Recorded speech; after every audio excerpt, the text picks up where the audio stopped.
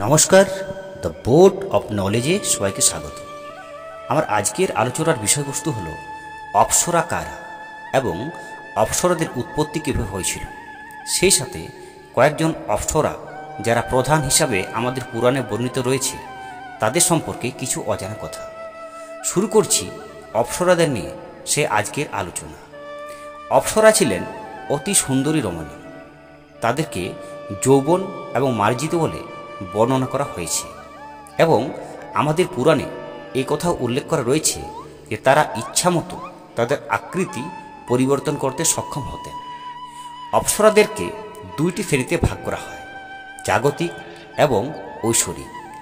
অপ্সরারা প্রত্যেকেই নৃত্যশিল্পে খুবই দুর্দান্ত ছিলেন এবং এদেরকে গন্ধর্বদের স্ত্রী হিসাবে গণনা করা হয়। পুরাণে বিভিন্ন রকম অপ্সরার কথা উল্লেখ করা রয়েছে। তারা অধিকাংশই দেবরাজ ইন্দ্রের রাজসভায় সঙ্গীত এবং নৃত্য পরিবেশন করতেন। অপ্সরারা দেবতাদের প্রাসাদে বাস করে এবং গন্ধর্বদের তৈরি সঙ্গীত দ্বারা নৃত্য পরিবেশন করতেন। এরকমভাবে দেবরাজ ইন্দ্রের রাজসভায় ২৬ জন অপ্সরার কথা জানা যায়। এরপর জানব যে প্রধান প্রধান অপ্সরা কারা ছিলেন।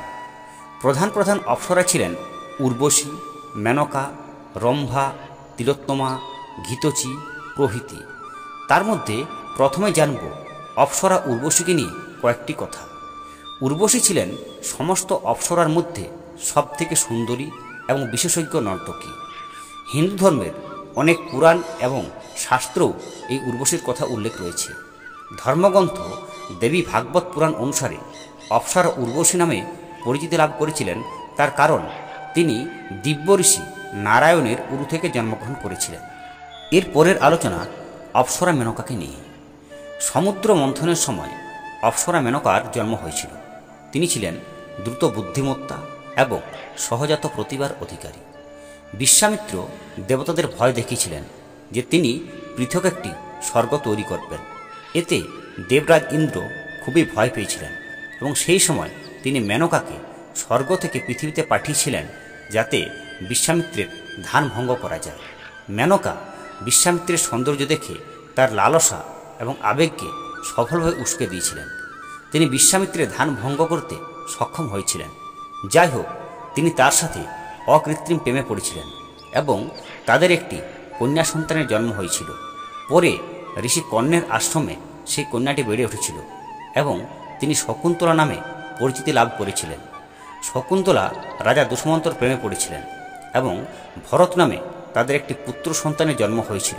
এই ভরতের নাম অনুসারেই আমাদের দেশের নাম ভারতবর্ষ হয়েছিল। কালিকা পুরাণ অনুসারে দক্ষকন্যা সতী যখন হিমালয়ে মহাদেব অর্থাৎ শিবের সাথে বসবাস করতে শুরু করেছিলেন তখন মেনকা ছিলেন সতীর সখী। কিন্তু সতী যখন মারা যান তখন মেনকা কঠোর তপস্যা করতে শুরু করলেন যেন সতী তার কন্যা হয়ে আবার জন্মগ্রহণ করেন। তার তপস্যায় ভগবতী সন্তুষ্ট হয়ে তাকে বর দিয়েছিলেন এবং তার ১০০ পুত্র সন্তান ও একটি কন্যা সন্তানের জন্ম হবে। বর লাভের পর মৈনাক প্রভৃতির জন্ম হয়েছিল এবং সতী পুনরায় জন্মগ্রহণও করেছিলেন। এরপর জানব অপ্সরা রম্ভাকে নিয়ে কয়েকটি কথা। রম্ভা হল হিন্দু পুরাণে দেবলোকের জাদুকারিণী, সুন্দরী নারী। রম্ভা হল কুবেরের পুত্র নলকুবেরের স্ত্রী। মহাভারত অনুসারে রম্ভা ঋষি কশ্যপ এবং তার স্ত্রী প্রাধার কন্যা ছিলেন। ভাগবত পুরাণ অনুসারে তার মায়ের নাম মুনি। কিছু পুরাণ অনুসারে সমুদ্র মন্থনের সময় ক্ষীর সাগর থেকে রম্ভা এবং সেই সাথে অন্যান্য অপ্সরদের জন্ম হয়েছিল। পরের আলোচনা অপ্সরা তিলোত্তমাকে নিয়ে। তিলোত্তমা ছিলেন হিন্দু পুরাণে বর্ণিত একজন অপ্সরা। তিলোত্তমা শব্দের অর্থ শ্রেষ্ঠত্বের ক্ষুদ্রতম কণা। মহাভারত অনুসারে ব্রহ্মার অনুরোধে ঐশ্বরিক স্থপতি বিশ্বকর্মা তিলোত্তমাকে সৃষ্টি করেছিলেন তার যাবতীয় সর্বশ্রেষ্ঠ উপাদান সমগ্রের সমন্বয়ে। তিনি বিভিন্ন রকম অসুরকে বধের নিমিত্ত হয়েছিলেন। এমনকি শিব ও ইন্দ্রের মতো দেবতারাও নিজেদের তিলোত্তমার প্রেমমুগ্ধ হিসাবে বর্ণনা করেছেন। সর্বশেষ জানব অপ্সরা ঘৃতচীকে নিয়ে কয়েকটি আলোচনা। ঘৃতকী ছিলেন হিন্দু পুরাণের সবচেয়ে গুরুত্বপূর্ণ অপ্সরদের মধ্যে একজন। মহর্ষি ভৃগুর পুত্র চবন মুনির স্ত্রীর নাম ছিল সুকন্যা। তাদের পুত্র প্রমথের স্ত্রী ছিলেন স্বর্গের অপ্সরা ঘৃতচি। ঘৃতচির গর্ভে জন্মলাভ করেছিলেন মহাভারতের অন্যতম রাজা কুরু।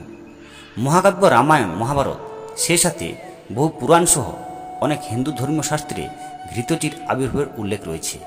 তাকে অপ্সরাদের দৈবিক শ্রেণীর অন্তর্গত হিসাবে বর্ণনা করা হয়েছে। তাই নমস্কার বন্ধুরা, অপ্সরাদের নিয়ে আমার আজকের আলোচনা এই পর্যন্তই। যদি আমার ভিডিওটি ভালো লাগে অবশ্যই চ্যানেলটি সাবস্ক্রাইব করবেন, লাইক ও কমেন্ট দেবেন এবং এই ধরনের ভিডিও নোটিফিকেশন পেতে নিচের বেল আইকনটি ক্লিক করবেন। নমস্কার।